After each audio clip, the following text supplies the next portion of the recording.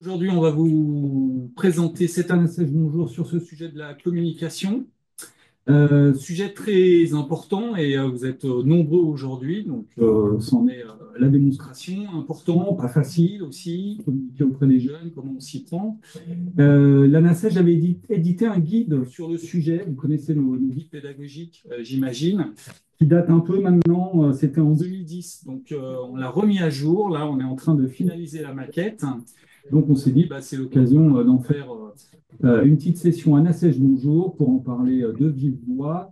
Ce guide, comme tous nos guides, sera envoyé gratuitement à tous nos adhérents. Donc ça va être courant avril. Et puis bah, pour tous les autres, il est bien sûr, on peut le commander sur notre site. Aujourd'hui, on ne va pas en 1 heure et demie, 2 heures, bien sûr, aborder l'ensemble des questions autour de la communication auprès des enfants et des jeunes. Le guide, lui, vous verrez, se veut plus exhaustif et surtout pratico-pratique pour tous les professionnels, enfance, jeunesse, voilà, qui puissent s'emparer de ces sujets-là et les travailler au mieux avec tous les autres intervenants, les pros de la com, avec les élus puisque bien sûr, c'est un travail collectif et travailler aussi avec les enfants et les jeunes. On va aborder un sujet, en fin de compte, une première grande question, on va dire comment ça marche, comment on s'y prend pour communiquer auprès des enfants et des jeunes, pour que notre communication passe, pour que nos messages soient efficaces. Dans un deuxième temps, on se demandera comment on s'y prend aussi, un peu en termes de méthodo aussi. Ça ne repose pas que sur une personne, bien sûr. Et en troisième temps, un sujet qui nous intéresse particulièrement à la NACEJ, bien sûr, et vous aussi, c'est comment on fait avec les enfants et les jeunes, parce que on leur demande toujours leur avis, bien sûr. Et quand il s'agit de communication, on se rend souvent compte très vite que c'est très pertinent de les associer à la réflexion pour arriver à des résultats efficaces. Et pour parler de tout ça, comme d'habitude, on va se baser, nous, sur notre connaissance. Après, la NACEJ, on est expert de rien et puis expert un peu de tout. Et surtout, on se base sur l'expérience de notre réseau, de nos adhérents, voilà, qui sont dans ces pratiques. Et on a plusieurs d'entre eux qui sont présents aujourd'hui pour témoigner. Je vais les accueillir. On a d'abord Aurélie Lomanto de Carpentras, voilà, qui a bien voulu être présente parmi nous, et Julien Faillant du Conseil régional des jeunes de Nouvelle-Aquitaine. J'excuse une autre collègue de la ville de Clermont-Ferrand qui devait être là, et malheureusement, elle a eu un problème de santé, elle a décommandé ce matin. Mais on va s'arranger parce qu'elle a longuement témoigné pour ce guide, donc je pourrais vous faire part des pratiques de la ville de Clermont-Ferrand. Et enfin, dans la liste des inscrits, on est content au-delà du nombre, c'est que de la diversité de vos profils, on a des animateurs de dispositifs, animateurs ou animatrices, de conseils d'enfants et de jeunes, animateurs, animatrices plus largement, enfance, jeunesse, des responsables pédagogiques, des responsables de services, des élus et aussi des communicants. Donc, sur nos trois parties, à chaque fois, on va aller vous chercher un peu. Vous pourrez témoigner dans le chat, demander la parole. Vous êtes nombreux, donc on va voir comment on s'organise. Mais l'idée, c'est bien aussi d'être dans le partage et de profiter de cette richesse du collectif. Et donc, pour mettre ça en œuvre, on va commencer tout de suite par accueillir les premiers qui vont avoir la parole. Donc, je m'adresse à Aurélie Lomanto qui a pu se connecter. Oui, je suis là. Est-ce que vous m'entendez? On vous entend très bien. Bon, super. Remercie d'être présente. Si vous pouvez vous présenter, du coup, votre fonction, Carpentras. Oui, donc moi c'est Aurélie Lomanto, donc je suis coordinatrice du Conseil des enfants et des jeunes à la mairie de Carpentras. J'ai intégré la mairie en juin 2025 puisque j'étais éducatrice spécialisée auparavant. Et j'avais besoin de pouvoir un peu élargir mon champ d'action et surtout au niveau du territoire. Et en fait, le conseil des enfants, il existait sur la mairie de Carpentras, mais avec une version voilà, un petit peu plus classique. Là, il est rattaché au dispositif de démocratie locale de la mairie. qui fait notamment des budgets participatifs pour les adultes. Et cette année, on a décidé de lancer le Conseil des enfants sous cette forme-là. Voilà. Ok, très bien. Bon, bah, vous allez nous expliquer un peu plus en détail, sous l'angle de la communication, comment ça se passe pour vous. Julien Faillant aussi, qui est parmi nous. Bonjour Julien, Bonjour à toutes et à tous. Est-ce que tout le monde m'entend? je Bon. pense, ouais. Moi, je suis Julien Faillant. J'émane du Conseil régional des jeunes de la région Nouvelle-Aquitaine, la promo 2022-2024. Je suis également au comité jeune de la NACEJ et administrateur au sein de la NACEJ. À côté de ça, je fais des études en communication et j'ai contribué avec la région Nouvelle-Aquitaine à construire le fonctionnement de la communication interne de l'instance. Merci. Alors, avant de commencer, pardon, on a encore des personnes qui arrivent. Avant de commencer, on voulait vous proposer de mettre dans le chat si vous avez peut-être une attente ou une question particulière où vous souhaitez qu'on puisse y répondre dans ces 2 heures. Voilà, c'est pas forcément de tous mettre pourquoi est-ce que vous vous êtes inscrit, ce qu'on avait fait la dernière fois, mais plutôt, voilà, est-ce qu'il y a un point un peu plus précis ou quelque chose avec lequel vous aimeriez repartir à la fin de cette ANASèche Bonjour? N'hésitez pas à le mettre dans le chat, comme ça on en prendra note et on Je vais me veillera, déplacer à côté si tu mets le. hop, T'es dans le et on bureau là-bas? veillera à répondre à cette question avant de terminer cette rencontre. Voilà, je te laisse continuer. Voilà, et première partie, donc pour une entrée en matière sur cette grande question, mais qu'est-ce qui marche dans la communication auprès des jeunes? Je vais vous faire part d'un travail qu'on mène aussi avec un autre partenaire qui est Capcom. Alors, vous connaissez peut-être pas Capcom. C'est le réseau national des communicants publics, en fait, tout simplement. C'est un peu comme la NACEJ, mais le pendant communication publique. C'est une coopérative. Ils organisent des formations, des événements dont un forum Capcom qui a lieu tous les ans, et un prix qui est assez important et connu dans le domaine de la communication publique, ouvert aux collectivités, aux associations, aux institutions. C'est les prix Capcom qui sont remis tous les ans au forum. Et depuis de nombreuses années, on est partenaire avec eux. Et dans ces prix, il y en a 6 ou 7 différents. Il y en a un, le prix Jeune Capcom, dont le principe est très simple. Le jury est constitué de jeunes du réseau de la NACEJ. Donc, c'est des jeunes de notre comité jeune ou des jeunes membres de conseils, de dispositifs de notre réseau. Et tous les ans, on leur soumet 6-7 campagnes de communication publique, plus spécifiquement adressées à des jeunes. Et c'est eux le jury, c'est eux qui débattent et qui décernent un prix qui est remis lors de ce forum. Je vous propose ça comme entrée en matière parce que c'est toujours très intéressant de voir comment ils perçoivent les communications qui leur sont dédiées. Et à chaque fois, on a des surprises. Voilà. Moi, je fais de la communication depuis de nombreuses années. J'ai aussi de nombreuses années maintenant au compteur. Et je me rends compte que, eh bien, voilà, ils ne réagissent pas forcément comme moi aux stimuli qu'on peut leur envoyer.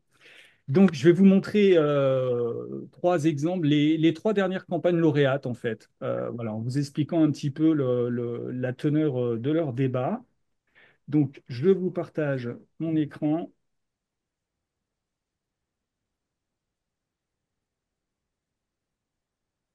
Voilà, alors je vous parlais de collectivité. Ça, c'était une campagne faite par Villeurbanne et qui a eu le prix, donc, qui a été lauréate du prix Jeune Capcom il y a maintenant 3 ans. Et c'est une campagne qu'ils avaient faite, vous l'avez compris, pour inciter aux inscriptions sur les listes électorales et au devoir civique, avec un ton un peu décalé. Ah, voilà, parce que souvent, quand on se demande comment capter l'attention des jeunes et faire passer un message, on pense à cette solution. C'est pas toujours la bonne, on le verra, mais parfois ça marche. Et là, eux, en l'occurrence, ont eu l'idée de se baser sur l'horoscope, voilà, prédire l'avenir avec des messages un peu marrants, décalés, qui incitaient à chaque fois à l'inscription sur les listes électorales.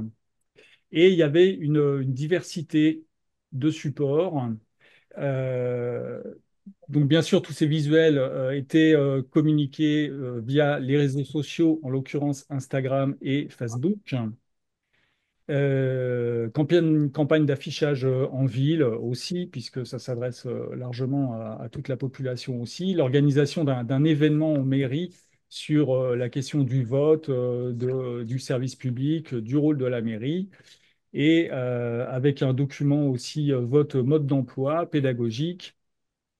Et à noter aussi que Villeurbanne avait expérimenté déjà à l'époque des lives sur Twitch avec des élus.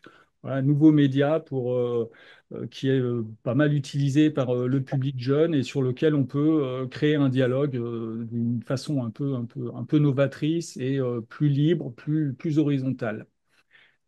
Et cette campagne donc a été choisie par notre jury de jeunes parce qu'ils ont trouvé le ton décalé assez frais et sympa par rapport au sujet, sans aller trop loin non plus. Et ils ont apprécié aussi le fait que dans cette campagne, ce soit pas uniquement un discours, un affichage, mais il y a aussi les rencontres qui étaient proposées. Elles proposaient voilà, un dialogue aussi avec les adultes, avec les élus. Et cette inscription vraiment dans le local aussi permet la rencontre à travers cet événement en mairie.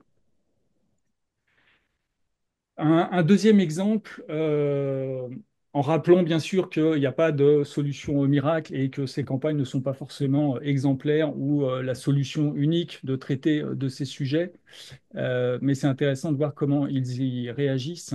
L'année suivante, ça a été une campagne du département des Pyrénées-Orientales qui a retenu toute leur attention sur le sujet des règles avec cette accroche et ce message principal, ce n'est pas tabou.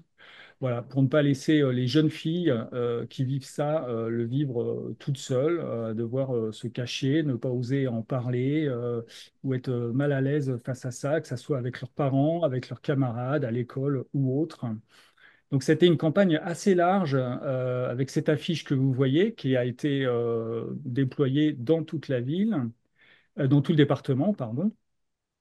Et il y a eu aussi, ça je ne peux pas vous le montrer, mais vous pouvez le retrouver sur Internet, on pourra vous donner le lien, un film qui développe un peu tout ce discours. Voilà, les règles, ce n'est pas tabou, à travers la mise en scène d'une jeune fille dans ses différentes relations avec ses parents, avec ses camarades, et un film qui prend la forme d'un manifeste, en fait, à travers lequel le département s'engage sur ce sujet auprès de cette jeune fille. Il s'engage, une fois de plus, c'est pas uniquement un discours. En l'occurrence, il y a eu des actions très concrètes de mener. Et par exemple, un kit qu'ils ont appelé, qu'on appelle Première Règle, qui a été distribué auprès de toutes les jeunes filles de sixième du département, avec des outils pédagogiques et différents accessoires. Une fois de plus, cette campagne a été appréciée par les jeunes parce que bah, elle s'empare d'un sujet qui est important pour eux et qui souvent n'est pas traité. Et aussi parce que, au-delà du discours, il y a eu des mesures et des actions prises par la suite en lien, voilà, pour apporter des solutions à ce sujet.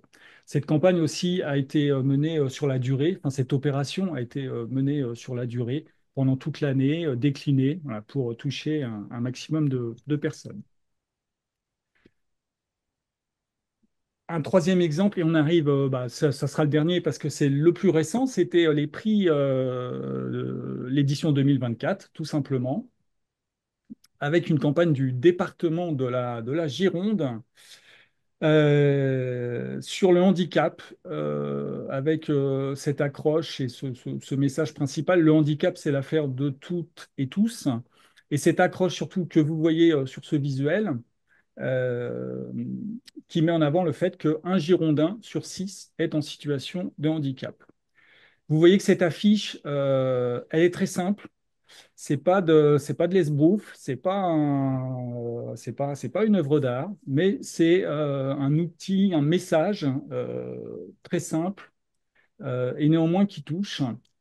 qui s'est décliné sous d'autres formes. Il y a eu un événement de lancement de cette opération, cette campagne d'affichage. Alors, ce visuel a été décliné sous différentes formes, bien sûr. Et surtout, il s'est accompagné d'autres messages plus spécifiquement à destination des enfants et des jeunes. C'est pour ça que cette campagne leur a été proposée à travers les réseaux sociaux, sur Instagram, sur TikTok, avec 20 vidéos de témoignages et aussi des vidéos ludiques sur le sujet et des quiz. Ce qui était intéressant et ce qui a beaucoup plu aux jeunes de notre jury, c'est que les 20 vidéos de témoignages étaient des témoignages de jeunes, justement, comme eux, dont un parent, par exemple, pouvait être handicapé ou un camarade ou un autre camarade en classe. Et donc, il témoignait des questions que ça posait, des problèmes que ça pouvait poser, comment ils s'emparaient de ça, comment ils essayaient d'agir par rapport à ça. Donc, ça renvoyait à chaque fois les jeunes qui voyaient ces vidéos à un vécu et ça leur ouvrait aussi voilà, des solutions d'action. Autre aspect qu'ils avaient beaucoup apprécié, c'était des vidéos ludiques et un quiz à travers lesquels on apportait de la connaissance aussi sur le sujet. Au-delà de ce message coup de poing, un Girondin sur 6 est en situation de handicap, qui éveille déjà et qui alerte sur la diversité des formes de handicap et qui sont bien souvent invisibles. La communication et certains de ces messages, de façon ludique aussi, apporter de l'information pour mieux comprendre le sujet. Voilà, on peut dire des grandes campagnes, entre guillemets, dans le sens où elles sont menées par des collectivités un peu importantes, par des services communication avec des moyens, vous vous en doutez. Néanmoins, elle nous éclaire un petit peu déjà sur des messages qui vont marcher ou pas auprès des jeunes. Et aussi, au-delà de la façon dont on va s'adresser à eux, elle nous éclaire sur les sujets qui les touchent, qui les préoccupent et sur lesquels on peut engager des actions avec eux. Je ne vais pas plus loin pour ce partage et revenir à la réalité du réseau plus large, hein, à vous participants, avec bah, nos deux premiers témoins, peut-être, nous faire part, Aurélie et Julien, de vos pratiques dans vos collectivités, de quelques exemples que vous pouvez nous partager sur vos sujets de communication auprès des jeunes. Est-ce que vous avez trouvé la solution miracle ou au moins, voilà, comment vous y prenez, qu'est-ce qui marche? Aurélie, peut-être? Allez, je commence alors. Bah nous, comme je vous l'ai indiqué, du coup, on a vraiment lancé la machine du Conseil des enfants. On a pris énormément de temps avec le service communication de la ville pour justement réfléchir à l'élaboration de visuels. Moi, j'avais besoin de conseils aussi techniques pour savoir comment on pouvait accrocher les enfants. Et du coup, on a essayé de créer voilà, une charte graphique qu'on garde sur l'ensemble de nos visuels. Et ça a commencé quand s'est rendu dans les écoles pour justement inviter les enfants à se présenter au conseil. Donc par un dossier de candidature assez simplifié, mais qui peut aussi parler aux enfants. On a fait aussi une carte des lecteurs avec la même charte graphique pour que l'ensemble des enfants aussi puissent l'utiliser. Et après, on est resté sur cette même charte pour l'ensemble des visuels qu'on a mis en place pour le budget participatif junior, dont les enfants du conseil ont été ambassadeurs. Je ne sais pas si vous voulez que je vous partage peut-être les visuels, ça sera peut-être plus parlant rapidement, je ne sais pas. Si vous les avez, ouais, si vous les avez sur votre ordi à l'écran, on peut. Je ne sais pas si vous avez accès tout de suite au partage hein, sur Zoom, Alors, je vais essayer, donne les voir si droits. c'est faisable.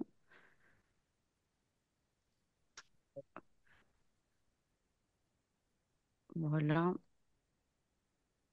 Normalement, vous devez Ouais, Ça ça arrive. voir arrive. mon écran. Ça y est, là on a l'écran. Voilà, bah, je vous montre très rapidement, mais ça sera peut-être plus parlant. C'est le premier visuel qu'on a fait pour inviter les enfants à se présenter au conseil des enfants. Donc voilà, on a le recto ici, le verso, on est toujours sur les mêmes, voilà, sur les mêmes couleurs, le fait de On renvoyer ne voit un pas, QR Aurélie. code. Ouais, Vous, excuse-moi, Aurélie. En fait, on a le partage sur votre sur le Finder, enfin sur le gestionnaire de dossier, mais pas sur la visualisation du Ça document. nous fait un gris. ah mince. Alors, je, excusez-moi, je C'est pas grave. réessaye. Il y a des choses dans le chat.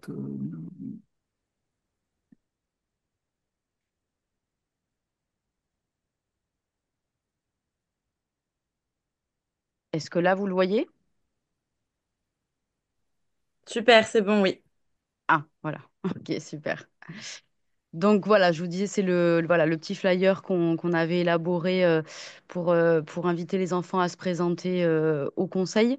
On avait aussi vu que le conseil voilà, a été arrêté depuis un certain nombre d'années et qu'on le reprend avec un autre service de la mairie. On avait proposé une réunion d'information collective auprès des enfants et leurs parents pour pouvoir vraiment échanger à ce sujet et qu'ils puissent savoir voilà, sur quoi ils vont s'engager. Et puis le dossier de candidature qu'on a essayé de travailler donc avec les services de communication. Vous le voyez aussi. Oui, Voilà, avec les services de communication et puis avec les personnes en mairie aussi de la DIN qui s'occupent notamment de tout ce qui est RGPD. Voilà, pour faire apparaître le maximum d'informations. Voilà, avec une partie sur la profession de foi, la motivation. Le sujet, l'engagement des candidats qu'on a, nous, créé, puisque c'est la première année qu'on lance. L'idée, c'est de pouvoir après étoffer ce dossier avec les enfants qui ont été élus sur cette première année. d'accord. Et là, vous avez bénéficié du relais dans les écoles facilement. Moi, je me suis déplacée dans toutes les écoles, du coup, avec l'élu qui est en charge de la mise en place du conseil des enfants. Et on a pu se déplacer, donc nous on a 12 écoles hein, sur Carpentras, on a pu se déplacer dans l'ensemble des classes de CM1 et CM2 à qui on a distribué le dossier de candidature et le flyer et les inviter à venir nous rencontrer à La Réunion. Ok, d'accord. Voilà, on a pu en parler directement. Donc voilà, moi je pense que voilà, le fait de se déplacer, de proposer des temps d'échange oraux, même s'il y a des supports visuels, c'est quand même toujours important que ce soit pour les enfants, mais également aussi pour les parents. Tout à fait, ouais, c'est irremplaçable. Alors, bah, ça nous rappelle, on a besoin de la communication. Disons que les outils de communication, ils sont magiques parce qu'ils permettent de toucher plein de monde en même temps. Néanmoins, ils remplacent pas effectivement la rencontre, le dialogue. Et c'est là l'intérêt aussi de l'action publique locale, surtout à l'échelle d'une commune, ce qui permet notamment d'impliquer bah, les agents, mais aussi les élus, d'être dans le dialogue avec les enfants et sur des sujets comme la participation, aussi avec les parents, effectivement, et les partenaires. On a sûrement dans l'auditoire d'autres personnes qui pourront témoigner sur les conseils d'enfants et de jeunes. Je propose avant de passer la parole à Julien, qui est du coup plus à une échelle plus large région, Nouvelle-Aquitaine. Et Julien, est-ce que tu peux nous faire part de la communication du conseil ou plus largement de ce que tu vois, toi, de ce qui se fait dans la région en termes de communication auprès des jeunes? Alors, il faut savoir que le Conseil des jeunes de la région Nouvelle-Aquitaine existe depuis 2 ans. Là, ils sont sur la deuxième promo. Donc, j'ai contribué à la construction, on va dire, de cette démarche. La communication envers les jeunes, comment dire, les services de la région ont su se saisir des jeunes pour pouvoir communiquer auprès des jeunes. Le conseil a également ses propres réseaux sociaux gérés par les jeunes, son propre fonctionnement, à détailler au besoin Jean-Marc. Et c'est vraiment une démarche qui émane des jeunes, des jeunes. La région attend vraiment des propositions, attend vraiment de la collaboration et de la construction avec bien sûr les outils que eux peuvent nous donner pour nous accompagner à construire au mieux notre communication envers les jeunes. Il faut savoir que quand ça a été construit, aucune charte, rien n'était réellement attribué au Conseil régional des jeunes. Ils ont vraiment attendu que les jeunes s'installent pour pouvoir créer cet univers graphique et créer l'identité visuelle et l'identité euh, physique aussi par la représentation sur les événements, etc., de ce Conseil régional des jeunes. D'accord, merci Julien. Est-ce qu'on a dans le public des Des personnes questions. qui veulent des questions ou des témoignages sur la communication de leurs conseils, puisqu'on est un peu parti sur, sur cet axe pour l'instant. Alors vous pouvez, on ne voit pas tout le monde bien sûr, mais lever le Si doigt. vous levez la main, vous vous apparaîtrez tout de suite, enfin, on vous verra. Ou alors, vous pouvez poser votre question dans le chat si vous êtes plus à l'aise à l'écrit. Questions ou témoignages. Je vous laisse réfléchir. Je vous fais part aussi, bah, du coup, de quelques exemples à la ville de Clermont-Ferrand, qui devait être là aujourd'hui, qu'on trouvait aussi intéressant. Pour toucher les jeunes, il se trouve qu'à la ville de Clermont-Ferrand, ils avaient une carte qui s'appelait Cité Jeune, qui a été créée il y a quelques années, comme ça existe dans pas mal de collectivités, une carte qui donnait accès à des services, à des offres promotionnelles avec des partenaires. Mais voilà, qui avait été lancé un peu comme outil qui vivait sa vie. Et après, on a Audrey Bordas qui a levé la main, à qui on va donner la parole. Euh, Euh, euh, Bonjour. ah bah alors, je vous laisse la parole, allez-y. Non, mais si vous voulez finir, je peux discuter après, il n'y a pas de souci. Allez-y sur votre Puis on témoignage. clôturera par Clermont. Je vais raccrocher. On vous écoute. Alors, je suis désolée, ma caméra ne fonctionne pas. Je ne sais pas pourquoi, on a des problèmes Internet, donc c'est un peu compliqué. C'est Pas pas grave, grave. on vous Alors, entend bien, c'est le principal. du coup, moi, je suis coordinatrice du Conseil municipal des jeunes et des actions citoyennes pour la ville de Montigny-le-Bretonneux dans le 78. Et donc, nous avons réélu notre conseil municipal en juin dernier. Donc, ça a été une très grosse campagne où je suis intervenue dans toutes les classes de CM2 pour leur faire une initiation à la citoyenneté et tout ce qui est vote et au conseil municipal des jeunes, la capacité de s'engager, ce que ça veut dire, etc. Dans tous les collèges de la ville aussi, puisque notre CMJ, c'est du CM2 à la troisième. Et on a réussi à obtenir 41 candidats avec des vraies élections et aussi 4h30 de dépouillement. On n'était pas du tout préparé à ça. Ça a été très, très bon. Mais il est vrai que le problème qu'on va avoir, c'est que pour pouvoir sensibiliser, mais toucher aussi les collégiens. On a été en permanence dans les collèges, mais on n'a pas la possibilité d'avoir des réseaux sociaux. Parce que notre collectivité, ils ne sont pas friands des réseaux sociaux. Et je voulais savoir si, au cas où, enfin, ou ceux qui ont des conseils municipaux jeunes, ont d'autres alternatives que c'est quand même assez fastidieux d'aller dans tous les établissements scolaires. Nous, on a 15 écoles élémentaires, 6 collèges. C'est énorme à faire. Donc, entre guillemets, j'aimerais juste savoir s'il y en a qui ont des petites astuces.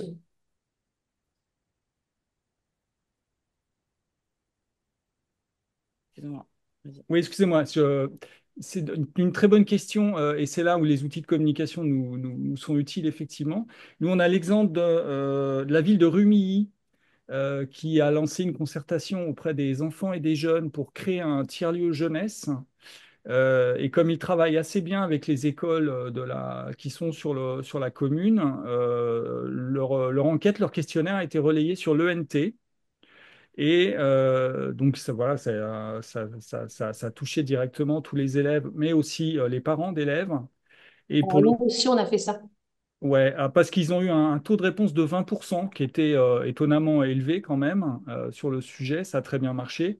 À contrario, on sait qu'il y a certaines collectivités qui n'arrivent pas à faire ça parce que les établissements scolaires sont très sollicités, effectivement, voilà, restent autonomes sur leurs décisions à ce niveau-là et certains ne sont pas des partenaires qui peuvent aider les collectivités là-dessus. Merci beaucoup. On a Karine Trouva à Poitiers qui souhaite témoigner. Bonjour. Bonjour, vous m'entendez? Très bien, bonjour. Eh ben moi je voulais dire que j'étais assez d'accord avec la personne qui vient d'intervenir. Nous, à Poitiers, c'est un conseil de jeunes qui concerne les jeunes de cinquième, quatrième. On a 16 établissements scolaires à faire. Et comme elle le dit, c'est énorme parce qu'en fait, comme vous disiez, le face-à-face est toujours plus important. Enfin, c'est bien en fait d'avoir des documents de com, mais c'est le face-à-face qui va faire les choses. Et c'est vrai que au cours des années, là, le Conseil de Poitiers, là, il est assez ancien, il existe depuis 87. C'est de plus en plus compliqué pour nous de rentrer dans les établissements scolaires parce que il y a plein de raisons, mais et donc on a cette difficulté nous auquel on est confronté. Donc voilà. Alors nous, on est deux animateurs. Mais c'est vrai que passer devant chaque classe de cinquième, quatrième de 16 établissements, c'est un peu une mission impossible par moment. D'accord. Et après, la difficulté qu'on a, c'est d'avoir des temps d'intervention dans les établissements de qualité, en fait.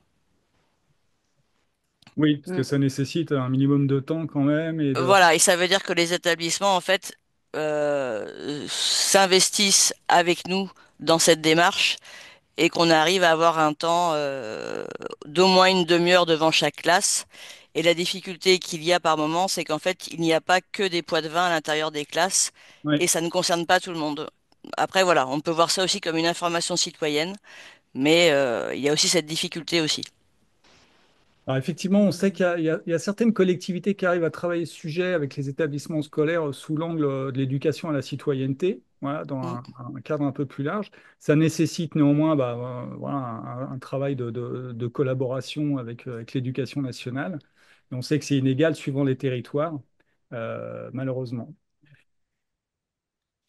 Non, mais oui, du coup, je voyais aussi le message de Marion, de la ville de Gravelines, qui nous parle un petit peu donc d'une feuille ou d'un petit magazine, Le Petit Élu, qui reprend les projets, ou en tout cas, voilà, les actions du CMJ. Par qui est-ce que, enfin, moi, je me demandais par qui est-ce que c'est fait? Est-ce que c'est vous en tant qu'animatrice? Est-ce que vous travaillez ça avec le service communication, justement, de la ville de Gravelines? Comment est-ce que c'est un petit peu organisé cet outil de communication sur les actions du CMJ? Je ne sais pas si vous pouvez nous en dire un peu plus, alors soit à l'oral, soit dans le chat. Oui, bonjour. Bah, du coup, oui. En fait, ce petit élu est créé par notre direction. Et en fait, on le distribue ensuite dans les établissements et on n'a pas encore de commission qui est vraiment ciblée sur la communication du conseil. Donc c'est en fonction des actions ou par exemple si le CMJ est intervenu sur une cérémonie patriotique ou les projets qu'ils ont fait. Voilà, on reprend tout, on met principalement des photos, comme ça les enfants des écoles peuvent identifier leurs représentants et on espère que du coup ça déclenche, sans qu'on soit là, certains échanges entre les jeunes et qui peuvent potentiellement sur les années à venir nous rejoindre dans les mandats. Merci. C'est un bon moyen. Du coup, il y a un peu la même pratique à Clermont, dont je vous parlais tout à l'heure, qui édite avant chaque période de vacances scolaires un petit magazine destiné aux enfants. Le nom m'échappe, mais c'est pas grave. Auquel est associé. Mon petit Clermont, un truc Le comme ça, petit je sais. Clermont, Enfin, voilà. peut-être, enfin, probablement, on ne doit pas être loin, auquel est associé justement le conseil municipal des enfants sur les sujets qu'ils traitent et surtout dans lequel, vous en doutez, ils rendent compte de leur travail, enfin de leurs travaux au sein du conseil. Ce qu'on se rend compte, enfin ce dont on se rend compte effectivement, c'est que malheureusement, bien souvent les conseils d'enfants et de jeunes sont un peu en vase clos et manquent un peu de moyens pour faire connaître leurs actions. Et c'est pourtant fondamental. Et on peut citer l'exemple de nombreux sites internet de collectivités voilà, où il n'y a pas d'infos à jour sur ces dispositifs de participation, ni même d'actualité récente, ce qui est bien dommage. On va y venir en seconde partie, justement. Ça a été la question a été évoquée dans le chat sur le sujet du lien entre services enfants-jeunesse et services communication. Euh, voilà. Est-ce qu'il y a d'autres sur ce sujet plus précis de la communication des enfants et jeunes, sur ces difficultés, d'autres témoignages peut-être ou questions? On va pouvoir continuer. Alors, je continue sur quelques exemples sur Clermont, du coup. Alors, on est un peu moins sur la communication des conseils proprement dit, mais un exemple que je trouvais intéressant à vous partager, c'est cet exemple de cette carte Cité Jeune qui existait. Donc là, on est sur cible un peu plus âgée, jeune, qui au départ était juste un outil de service. Et en fait, en 2024, le service communication a eu comme commande le sujet de la jeunesse comme priorité sur l'année. C'est important aussi parce qu'effectivement, les services communication dans les collectivités bah, sont soumis à plein de sujets, de politiques publiques qui sont apportés. Et il est bien évident que pour que l'enfance et la jeunesse soient mises en avant, ça dépend aussi d'orientation politique et de choix. Là, en l'occurrence, ils ont eu ce travail à mener. Et ce qui est intéressant à vous partager, c'est que ils ont pris ce label Cité Jeune, ce nom Cité Jeune, pour en faire en fait un label plus large de communication de la ville à destination des jeunes. Donc, c'est devenu le nom de leur compte sur les réseaux sociaux. Ils ont créé une charte de communication avec cette identité Cité Jeune qu'on retrouve sur tous les supports de communication à destination des jeunes, avec des événements aussi autour de ce label. Ce qui est intéressant, c'est que cette communication sous cet angle porte un peu différemment et un peu plus efficacement qu'une communication purement institutionnelle.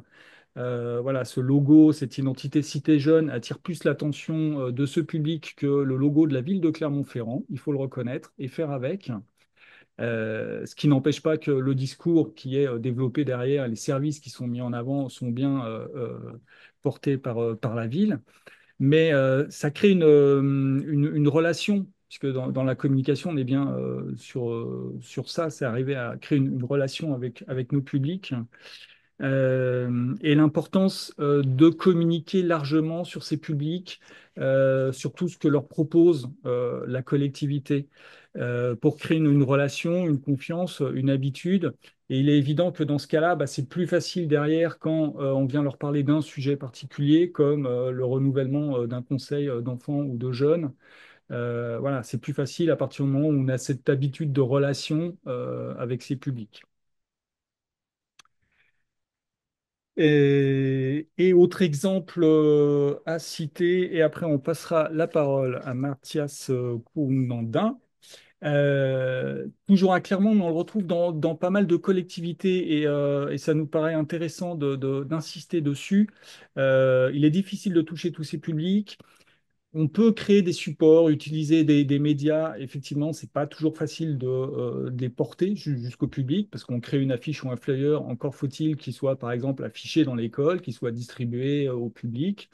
Euh, Ce qui vient de plus en plus, on s'en rend compte, c'est l'importance des lieux de rencontre. Vous avez un peu parlé des lieux, c'est-à-dire que s'il y a 10 ou 20 ans, un service jeunesse était un lieu où les publics ne venaient pas forcément, hormis s'il y avait spécifiquement un temps d'animation qui leur était destiné.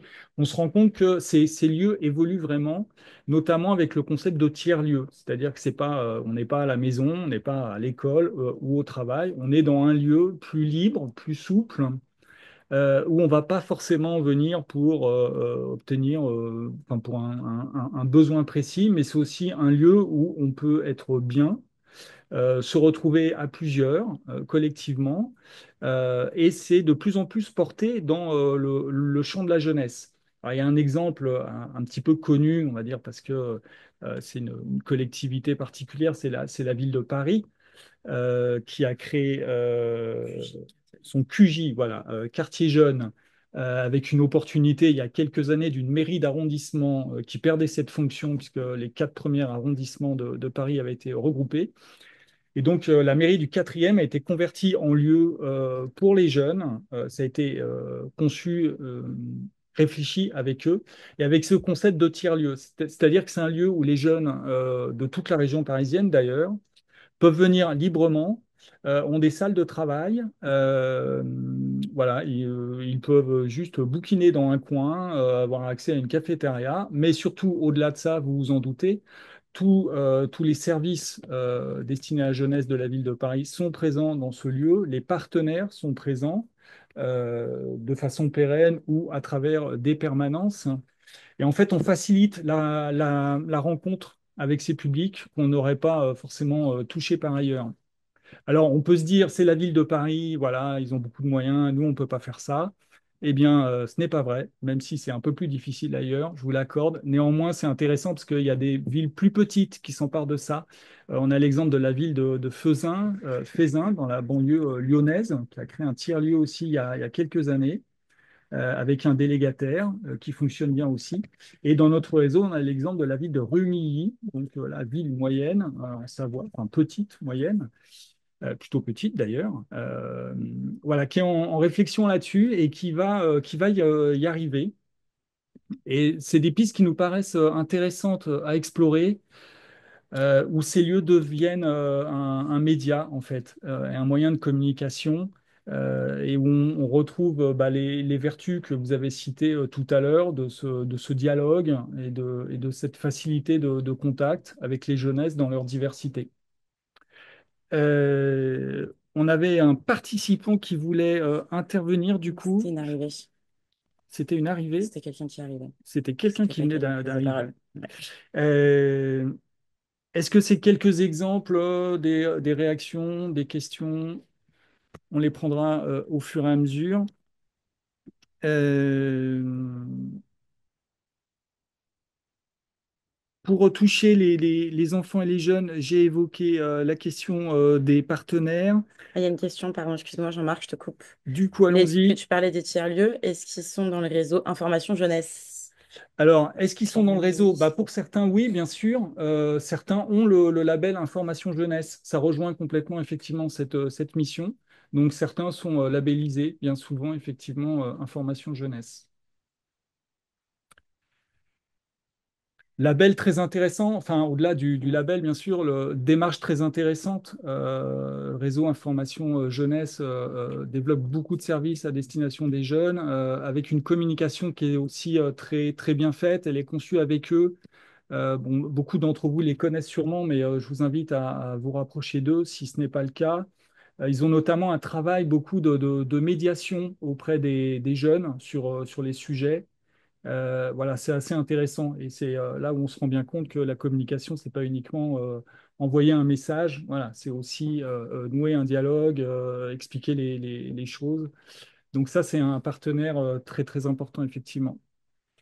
Oui, et pour aller dans le sens de ce que la ville de Bourges, David, nous dit, effectivement, on voit bien que dans les tiers-lieux, en fait, l'intérêt de ces espaces, c'est vraiment que les jeunes puissent retrouver toutes les informations dont ils ont besoin, que ce soit les questions d'orientation, de formation, d'Erasmus, de logement, enfin voilà, ou même associatif, enfin, des activités. Et ça, c'est vraiment ce qui fonctionne. Enfin, à QJ, il y a aussi un point pour la santé mentale avec une psychologue qui est là une fois par semaine. Donc, effectivement, c'est vraiment très important et ça donne de la force à ces lieux-là, qui est aussi toute cette information jeunesse, voilà, qui puissent trouver toute la communication dont ils ont besoin dans ces espaces. Euh, Un petit élément de réflexion aussi sur ce sujet. Pour faire le guide sur la communication, on s'est Oui. plongé dans plein d'études qui existent sur le sujet de la communication, enfin plus largement au sujet des jeunesses, leurs besoins, sur quoi ils s'informent, comment ils s'informent, bien sûr. Et il y a un élément intéressant dans ce sens-là, dans les études qui sont faites. Elles montrent qu'il y a quand même 20% des jeunes qui préfèrent comme moyen principal de s'informer le contact physique. Voilà, on pense souvent jeunesse, réseaux sociaux, ils sont éloignés des institutions, etc. C'est pas complètement vrai. Il y en a encore une part importante, 20%, voilà, qui disent que sur des sujets, alors sur des sujets précis, bien sûr, comme l'emploi, l'orientation, l'éducation, le logement, euh, voilà, ce qu'ils préfèrent comme moyen d'information, c'est le contact direct, donc aller dans des lieux et pouvoir dialoguer. Oui, voilà. Voilà, ça nous paraît intéressant aussi.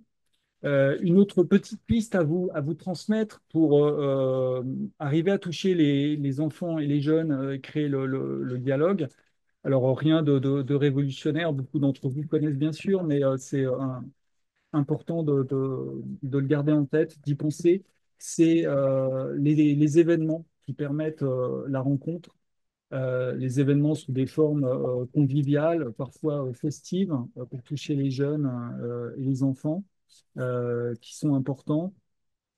Euh, il faut s'en rappeler parce que il peut y avoir parfois des événements organisés par les collectivités où les informations à destination des enfants et des jeunes, bah, on n'y pense pas, elles sont pas présentes, alors que ces publics peuvent être là, leurs parents peuvent être là. Donc c'est important d'y être. Ça permet le contact. Euh, Toujours sur la ville de Rumilly, on y reste. On était chez eux il y a pas longtemps, donc c'est frais, on les cite. Mais depuis 3 ans, ils créent, comme ça existe dans pas mal de collectivités, mais une semaine de la jeunesse, voilà, avec tous les partenaires du territoire euh, qui sont présents et ils brassent énormément de jeunes à travers cet événement. Ils créent des liens et ils peuvent diffuser un maximum d'informations. Il y a des formes ludiques aussi.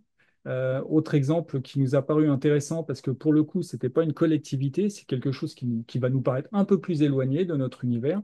C'est la Chambre des notaires de Caen. Je ne sais pas si vous connaissez la Chambre des notaires de Caen, mais figurez-vous qu'eux aussi ont besoin de communiquer auprès des jeunes, bah, tout simplement pour recruter, pour attirer vers le métier de notaire. Et la solution qu'ils ont trouvée, qui nous a paru pas bête, c'est de créer un escape game pour faire découvrir le métier de notaire, une sorte de Cluedo géant en fait qu'on vit dans un format itinérant. Voilà, bon, ils ont travaillé ça avec un prestataire bien sûr, mais ils montent ça dans une pièce quelconque et en une journée, ils font X séances avec des jeunes de façon ludique qui vont découvrir ce sujet complexe, le métier de notaire, et qui a priori ne les intéresse pas forcément. Voilà. Ça nous a paru sympa parce que bah, il y a toujours beaucoup de créativité, d'imagination dans les collectivités et notamment dans les services enfants-jeunesse. Bah voilà, peut-être parfois ça peut être une idée Vous avez de bien. se permettre de faire ça. Merci. Merci. On a même le lien. Voilà, une petite idée parfois. On sait qu'il y a des collectivités qui le font, notamment dans une perspective de bah, faire découvrir l'institution, sensibiliser à la citoyenneté. Une mairie, c'est quoi? Ben, voilà, c'est pas quelque chose d'obscur, de froid, où je me sens pas à ma place, pas légitime à rentrer. Bah, c'est un endroit où je peux être invité aussi à faire un escape game et à découvrir plein de trucs sympas sur les services publics, les services municipaux, l'engagement citoyen et les élus qui peuvent se déguiser même, peut-être qui sont dans le public et qui peuvent témoigner d'expérience. Voilà, au-delà de la blague, il faut s'autoriser voilà, des formes originales comme ça. Euh, je vous propose, il est 15h54, on va peut-être passer un deuxième, un peu un deuxième sujet. On n'a pas épuisé le premier, bien sûr, hein, c'est pas l'objectif dans ce temps assez réduit. C'est un peu la question de comment on s'y prend, de la mise en œuvre. Alors, vous êtes beaucoup ici, bien sûr, des professionnels enfance-jeunesse. Il y a aussi des professionnels de services communication, on voit. Ça, c'est un sujet essentiel à travailler avec vous aussi, sur lequel on peut échanger un petit peu. C'est que effectivement, pour communiquer, bon, on ne peut pas le faire tout seul. Déjà, c'est un métier, c'est des techniques, c'est un savoir-faire. Alors, c'est pas super compliqué, ça s'apprend aussi. Et dans ce guide, bah, justement, on vous donnera quelques pistes un peu sérieuses pour progresser là-dessus. Euh, mais il y a cette question importante de la collaboration avec les services communication dans les collectivités. Et là, pour le coup, je vais citer tout de suite l'exemple de Clermont parce que je trouvais ça chouette. À la ville de Clermont, il y a donc c'est une ville déjà un petit peu importante, hein, mais au service communication, il y a un chargé de mission dédié sur la jeunesse sur l'enfance et la jeunesse. Il ne s'occupe pas que de ça, bien sûr, vous en doutez, mais il est dédié à ça quand même, ce qui permet un lien régulier avec, avec ses collègues du service enfance-jeunesse. Il est un peu plus au courant de ce qui se passe, un peu plus sensibilisé à ce public. Et ils ont une réflexion commune. On a toujours besoin de réfléchir dans la communication. C'est aussi de la créativité.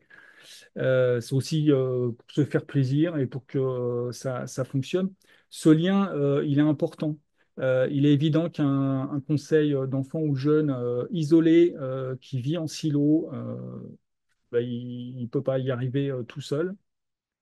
Euh, Autre aspect important, et on aura là-dessus plusieurs témoignages, c'est le lien avec les parents pour faire passer la communication.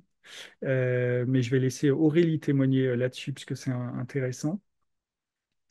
Et enfin, le lien avec les élus, bien sûr, dans ce qu'on fait. La communication, elle est essentielle dans la participation enfance-jeunesse, elle est essentielle dans la vie de vos dispositifs, pas uniquement auprès des publics, mais bien sûr auprès des autres services, des collègues et des élus, rendre visible ce qui est fait par les enfants et les jeunes. Sur cette question du lien avec les parents, peut-être que Aurélie euh, Lomanto, vous voulez nous faire part de votre expérience. Oui, alors courte expérience pour ma part, Oui. puisqu'encore une fois, le conseil a démarré en octobre. Pour moi, le lien avec les parents, bah, c'était indispensable en tout cas à penser, puisque moi j'ai affaire à des enfants de 9 à 11 ans. Et du coup, tout l'enjeu, bah, ça a été déjà voilà, de ramener les familles vers nous avec cette première réunion de rencontre. Et puis une fois que les enfants ont été élus, ben, c'est un travail de proximité où je tâtonne, où j'expérimente. J'ai pris le parti de faire un petit compte-rendu à chaque fin de séquence de conseils qu'on mène avec les enfants, bah, de manière ludique, un peu rigolote, mais pour que les parents puissent avoir un visuel et puissent échanger avec leur enfant sur ce qui s'est passé pendant le conseil. Ils ont été associés notamment à la remise des écharpes par Monsieur le maire. Ça a été un temps assez fort. Et puis, on essaye de faire des activités un peu extra où on convie les enfants et leurs familles. Et là aussi, ça a pu être des temps d'échange entre nous, où les parents aussi étaient demandeurs de pouvoir se rencontrer en famille. Donc, c'est assez porteur. Et pour la communication au quotidien, bah, je prends beaucoup de temps au téléphone. Voilà, le mail ne fonctionne pas. J'ai beaucoup de familles aussi qui sont en situation interculturelle, donc beaucoup qui ont peu accès au français.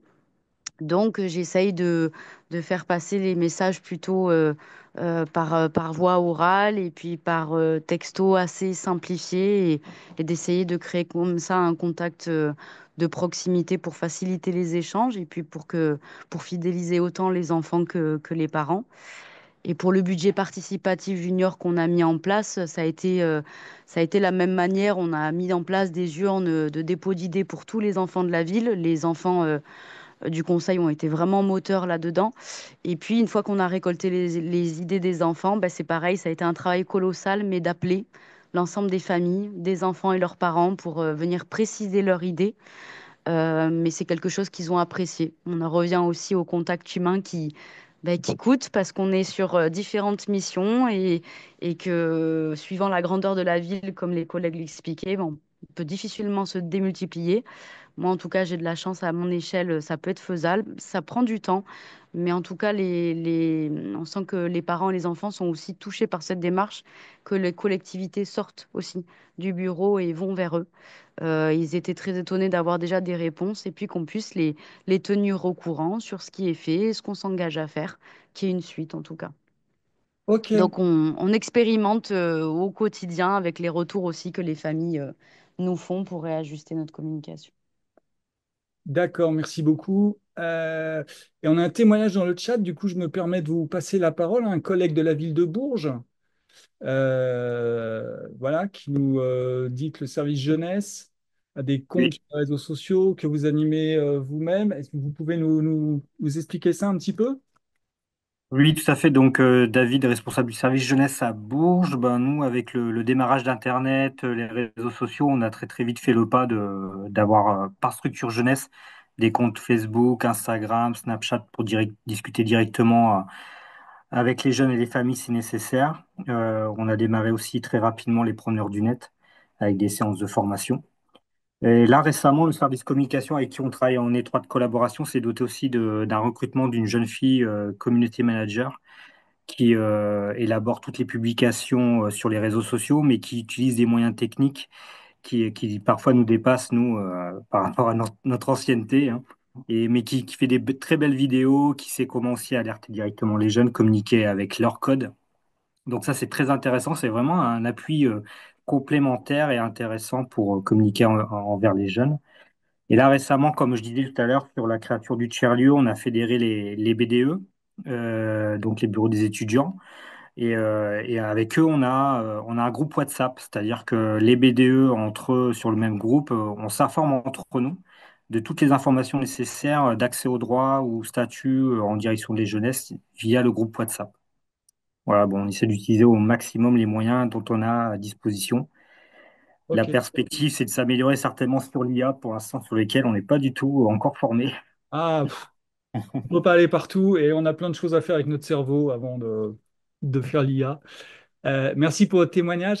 Je vous en prie. Après, on va passer à une partie vraiment sur comment on fait avec les jeunes, comment on les associe effectivement, parce que c'est essentiel. Vous avez cité les promeneurs du net. Ça, vous pouvez nous rappeler, du coup, c'est un appui pour faire de la médiation? Oui, c'est alors généralement porté par les caisses d'allocation familiale. Donc, je crois que ça avait démarré en Normandie, je crois, au niveau de la France. Ensuite, nous, dans notre, je crois que c'est le département du Cher en deuxième, puis après, ça s'est développé à l'échelle nationale. Oui, c'est au Et national. voilà. Et donc, c'est en fait, on continue notre travail, quels que soient les métiers promeneurs du net, mais à travers la rue numérique. C'est-à-dire qu'au lieu d'être présent physiquement, on continue notre métier, mais à travers le numérique, souvent à travers les réseaux sociaux, mais par exemple sur notre territoire à nous, c'est pluridisciplinaire. Donc on n'a D'accord. pas uniquement des animateurs, on a le champ de la santé, médico-social, etc. Ok, ok.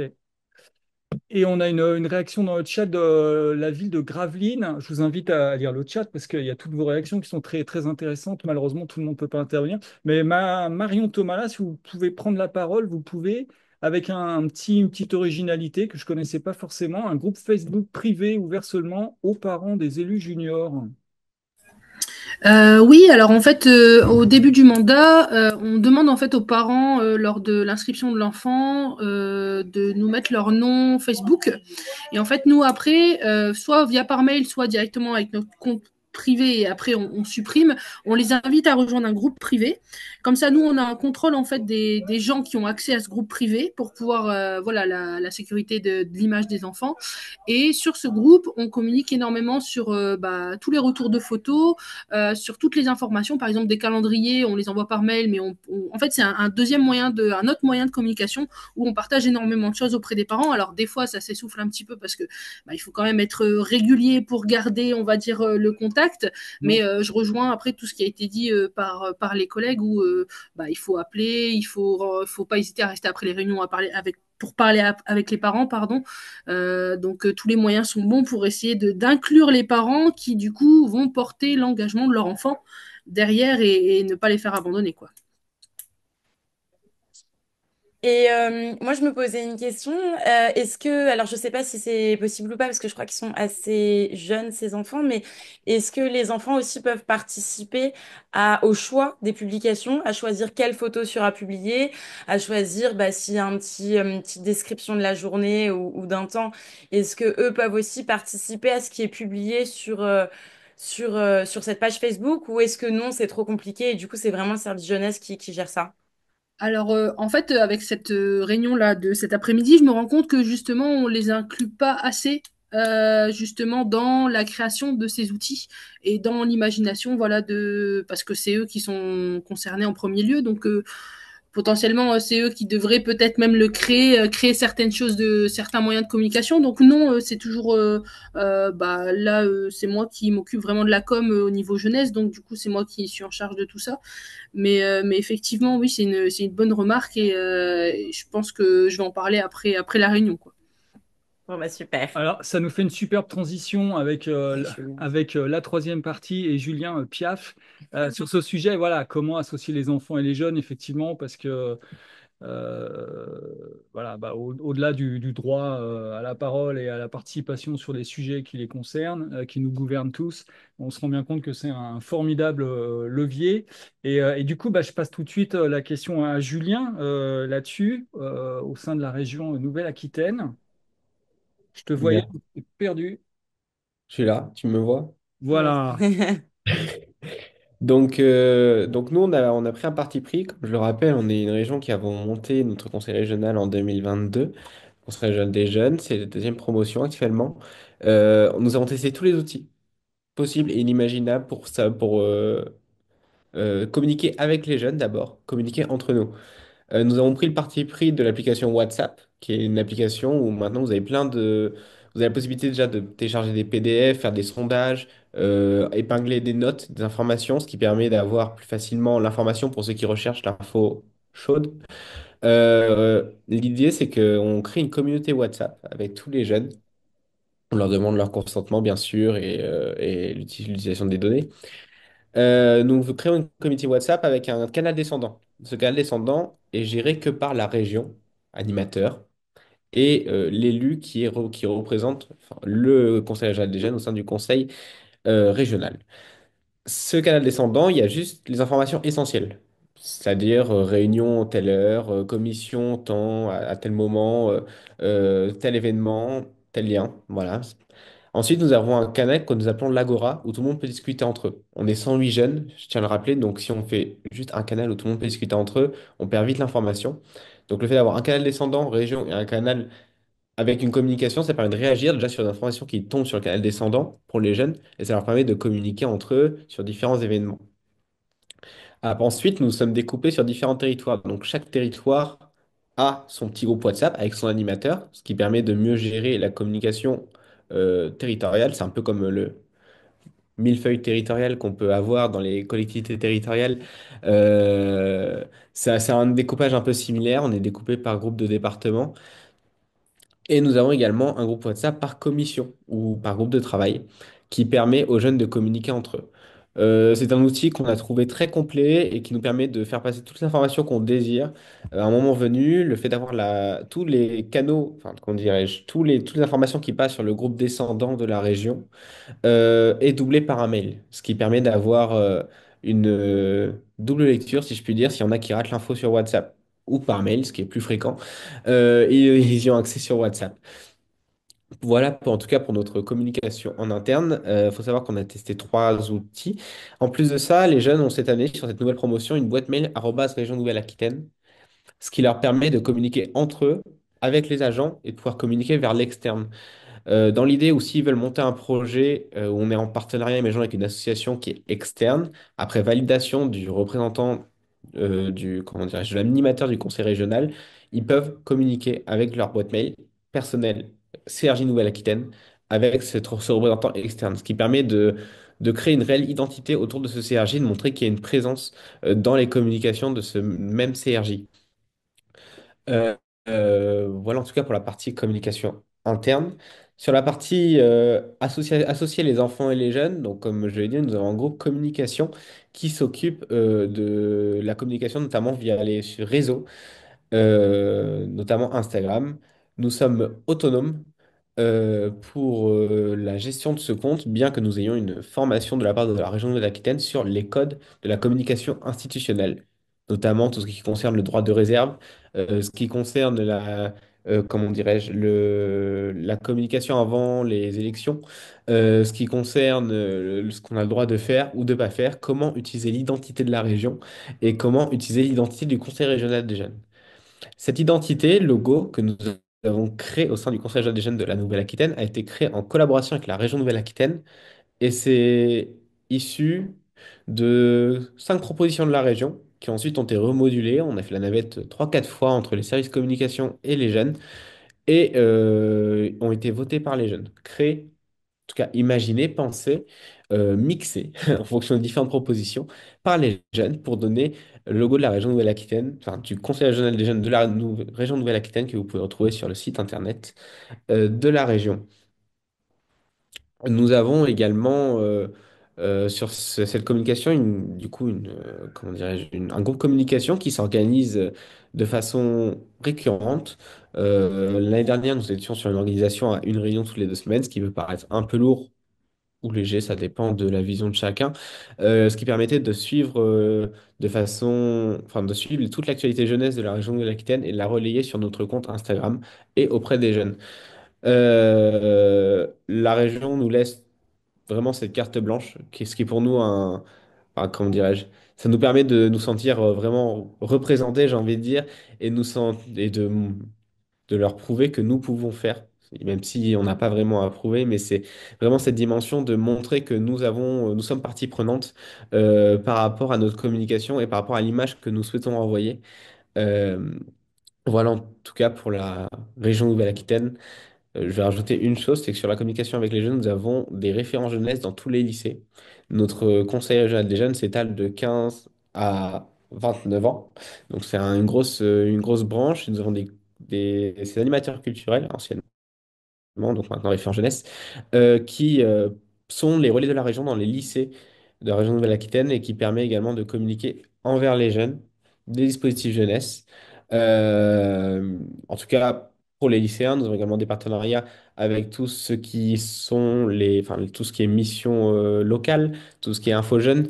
On a vraiment un maillage territorial sur une région qui est aussi grande que l'Autriche, qui nous a permis de nous développer et de communiquer, je vais pas dire efficacement parce que rien ne peut être parfait, mais de communiquer de façon complète, on va dire, auprès des jeunes et auprès du plus du plus que nous pouvons, on va dire.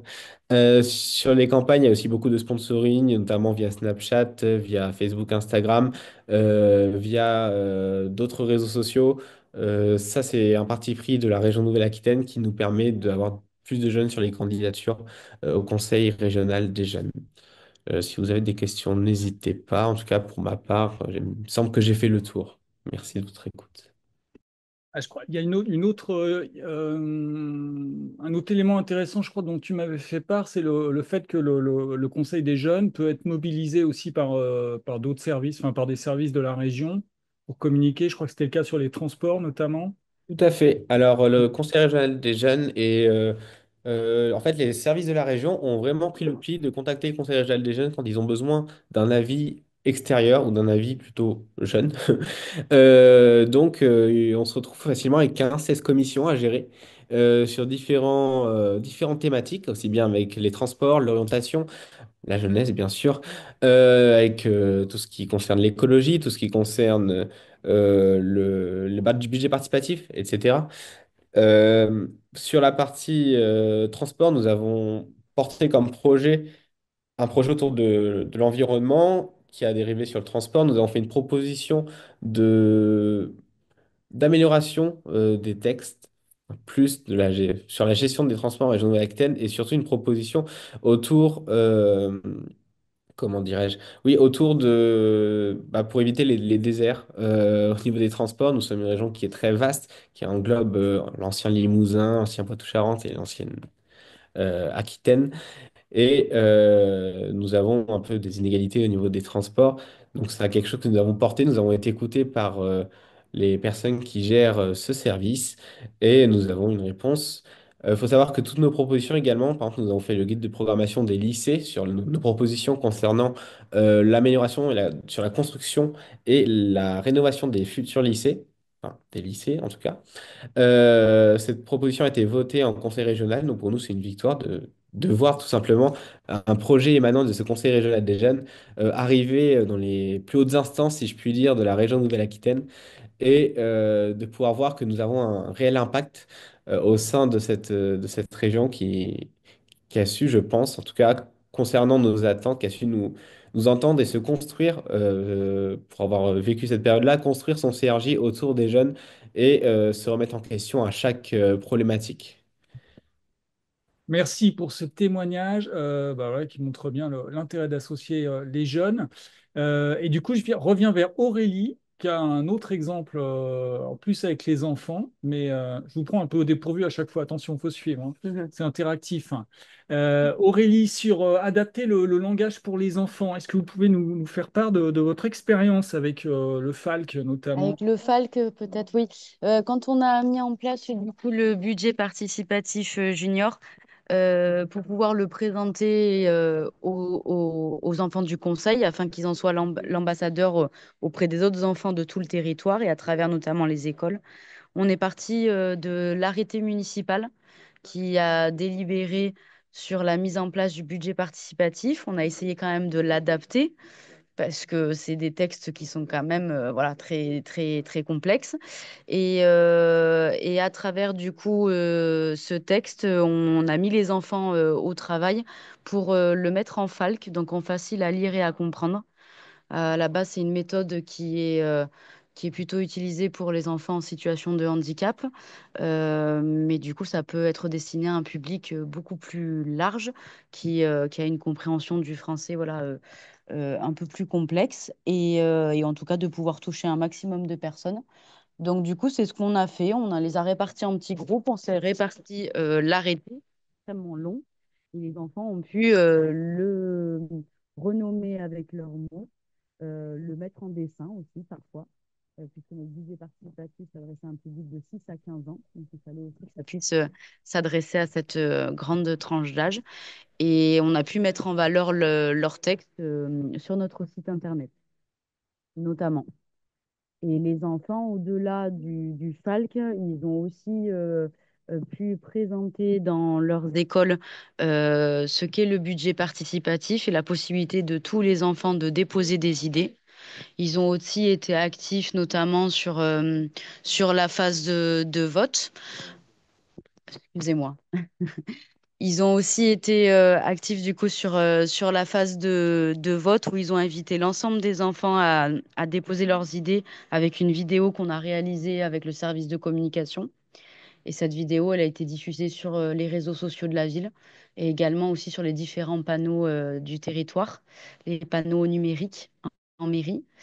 Et voilà, ça a permis aussi que eux puissent prendre une part dans la communication auprès de leur père.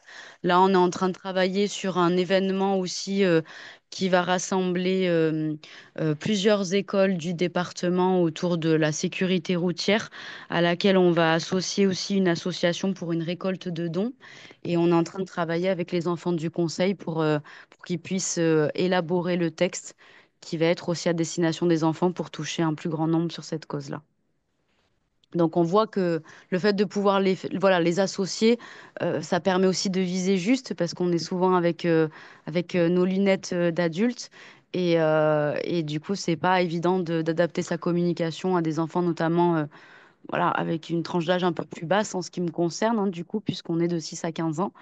Et puis ça leur permet voilà, d'intégrer aussi les événements. Je m'en sers beaucoup pour voir ce qu'ils ont compris aussi de ce que je leur transmettais et qu'ils puissent eux le mettre en mots pour le retransmettre à leur tour. Et c'est super intéressant du coup.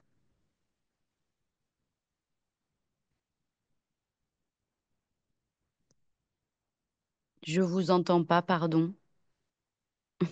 Excusez-nous, on n'avait pas Je vous entends pas. le micro. Je vous remercie pour ce témoignage intéressant et ça m'évoque, enfin, ça m'appelle l'exemple de Shilty Game aussi, que, quand ils avaient lancé leur budget participatif ouvert aux enfants et aux jeunes, ou même dédié, je crois. Non, ouvert, pardon. Il y avait une communication spécifique déclinée pour les enfants et les jeunes qui avait été faite avec un travail spécifique sur les messages. Voilà, c'est vraiment fondamental. Et c'est en le faisant avec eux que ça marche le mieux, effectivement. C'est les premiers experts de ça. Moi, je voulais vous citer aussi un autre exemple, enfin quelques exemples de campagnes de communication portées par des enfants et des jeunes qui sont intéressantes. Et je reviens aux exemples des prix Capcom, où en l'occurrence en 2020, c'est le Conseil municipal des enfants et de jeunes de Bourgoin-Jallieu qui a voulu s'emparer d'un sujet moi, qui ne va pas vous étonner, le sujet du harcèlement. Voilà, on sait que c'est un sujet important auprès des jeunes dans les établissements scolaires. Les membres du CME ont voulu s'en saisir. La ville leur a dit banco, leur a donné des moyens pour faire ça. Il y a eu un travail d'enquête qui a été fait avec des chercheurs extérieurs sur le sujet, collecter des témoignages auprès des enfants et des jeunes pour qu'ils comprennent bien, enfin pour que les membres du conseil comprennent bien le sujet au-delà de leur simple vécu, pour savoir comment s'en emparer. Et ils ont travaillé avec un réalisateur parce qu'ils voulaient utiliser l'outil vidéo, l'outil documentaire vidéo pour travailler là-dessus, pour sensibiliser. Ils ont travaillé avec un réalisateur et ils ont fait un clip enfin une vidéo qui a été relayée après dans une campagne de communication classique. Je vous cite juste cet exemple parce que, en l'occurrence, quand ça a été fait en 2020, c'est la campagne qui a remporté le Grand Prix Capcom de la meilleure campagne de communication publique. Voilà, au milieu d'une centaine de candidats de toutes les grosses campagnes qu'on peut imaginer portées par des institutions, des collectivités. C'est ce projet réalisé par des enfants et des jeunes sur ce sujet qui les touche, qui a remporté le Grand Prix à ce moment-là. Donc, c'est bien un exemple, s'il en faut, que ça peut produire des choses de très grande qualité. Est-ce qu'il y aurait d'autres témoignages J'en ai pas vu dans le chat, mais probablement, je crois que la région Grand Est aussi fait pas mal de choses dans ce domaine, peut-être. Hein, je vais vous chercher. Oui, euh, Thierry, du coup, qu'on connaît un petit peu. Alors, vous nous disiez tout à l'heure, Thierry, que vous aviez donc un groupe Facebook. Mais moi, je me souviens aussi avoir. Alors, il me semble que le CRJ Grand Est a un compte Instagram. Donc voilà, savoir comment est-ce que ça s'organise. Et puis j'avais vu une fois, à l'occasion du renouvellement du CRJ, un peu un espèce de vrai ou faux qui avait été animé du coup par les jeunes. Donc voilà, est-ce que vous pouvez un peu nous raconter, vous, votre expérience sur cet aspect de la communication par rapport au CRJ? Oui, Merci. d'abord, je remercie la NACEJ qui est toujours prompte à liker nos différentes publications. Alors, je n'avais pas l'intention d'intervenir puisque avec la région Nouvelle-Aquitaine, nous testissons d'abord entre collègues et aussi entre membres de nos conseils de jeunes des liens assez forts, mais néanmoins, effectivement, la région Grand Est, et ça peut être une idée aussi, a la chance d'avoir une apprentie qui est là depuis 2 ans maintenant et qui est en charge de l'élaboration, du tournage, d'animation, etc., de nos réseaux sociaux. D'ailleurs, j'encourage tout le monde à venir devenir membre de notre Instagram, Conseil général du Grand Est. Conseil régional des jeunes du Grand Est. Et très régulièrement, on arrive à toucher près de 5000 personnes avec nos publications, ce qui peut paraître peu, puisque la région Grand Est sert environ 1 million de jeunes, mais néanmoins, on a pu observer en 2 ans d'être passé à 500 personnes qui nous suivent, à plus de 1500 aujourd'hui.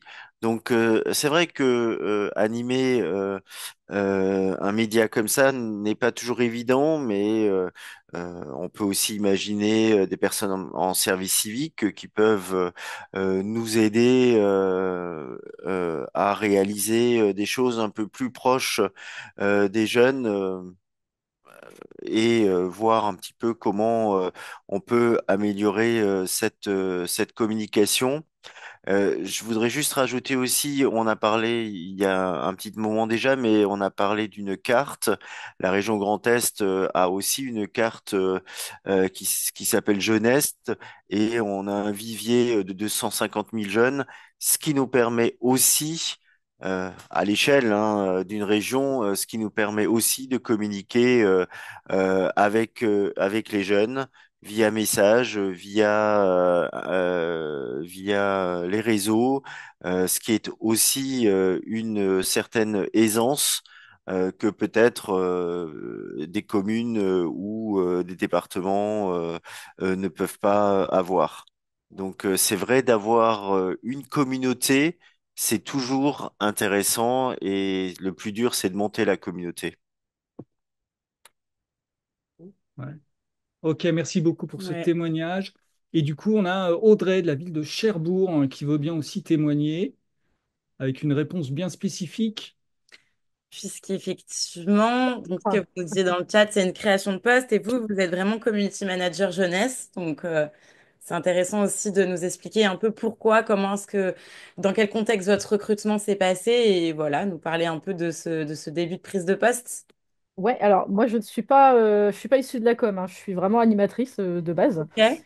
Donc j'étais sur un espace jeune. Après, j'ai toujours eu un attrait pour la communication, notamment via les promeneurs du net, Ouais. où je m'en servais énormément et j'adorais ça. Et du coup, on s'est rendu compte aussi qu'à Cherbourg, on était très nuls en communication jeunesse. La communication n'était pas adaptée visuellement, elle allait pas au niveau des jeunes, etc.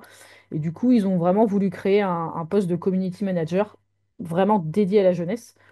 Euh, et donc, enfin voilà, j'ai postulé pour ce poste-là, j'ai été prise, etc.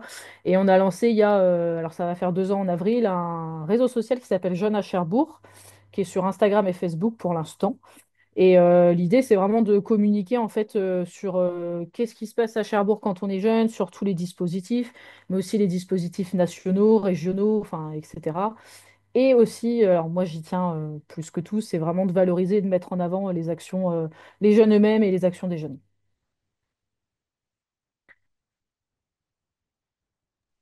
Pardon.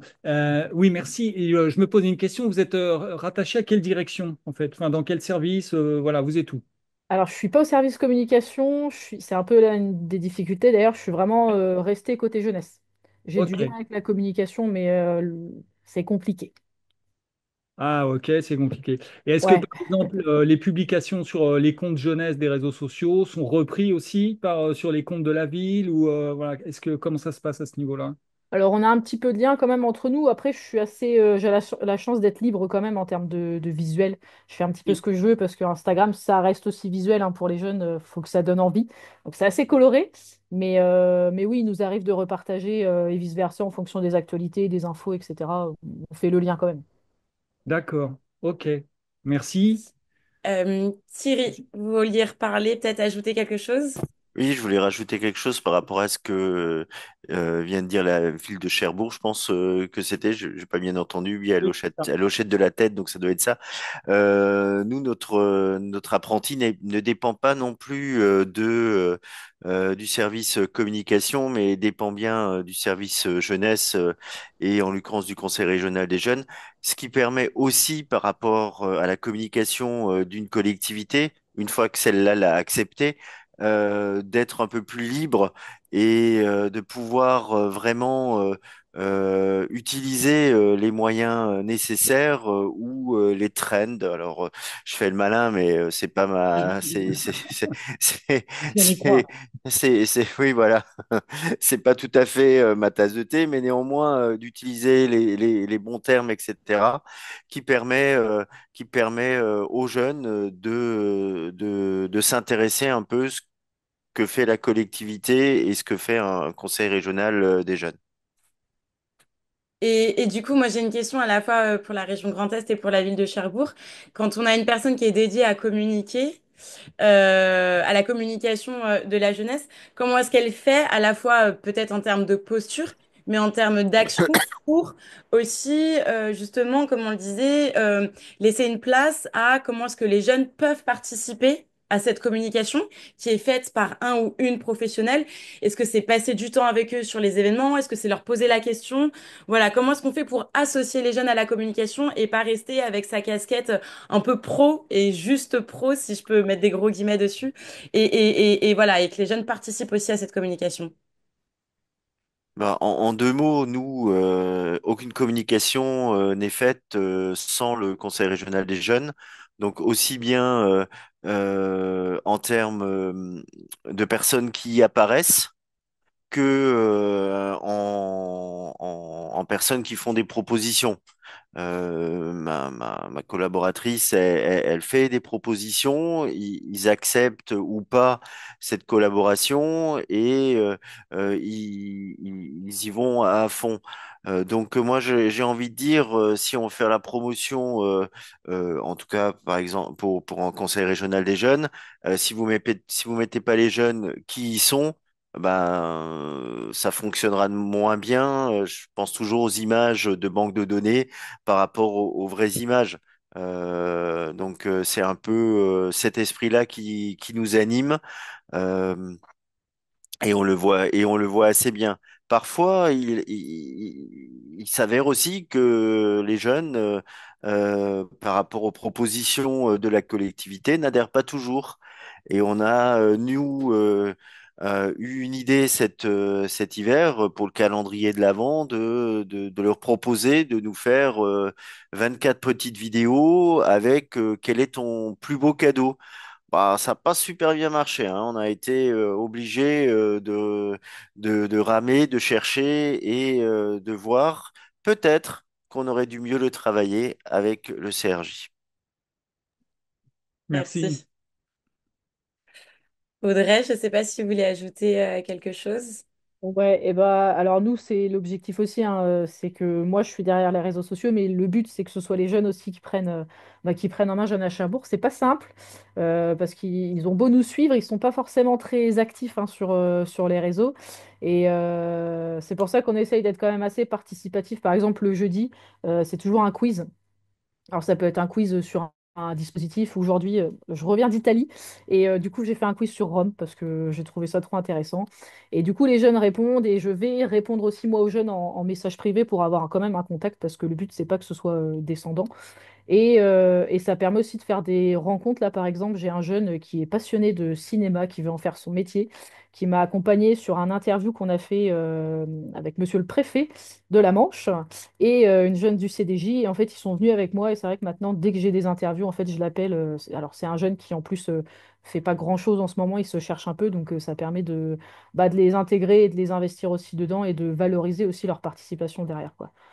Ça, pour le coup, c'est vraiment le côté très, très sympa. Et après, on est aussi, enfin, je suis aussi beaucoup dehors parce que bah, pour faire connaître Jeune à Cherbourg, il faut aller à la fête foraine, distribuer des cartes de visite, il faut aller sur les lycées, distribuer, bah, pareil, des cartes de visite. Et puis, je suis aussi beaucoup en lien avec les collègues pour faire vivre aussi les dispositifs. Et enfin, on intervient aussi, enfin, je propose des ateliers création de réels sur les espaces jeunes, par exemple, en fonction de ce que veulent les jeunes, enfin, voilà, en fonction des envies des jeunes. Très chouette, oui, donc plusieurs façons de faire. Très bien. Ouais, Merci beaucoup pour votre témoignage. avec plaisir.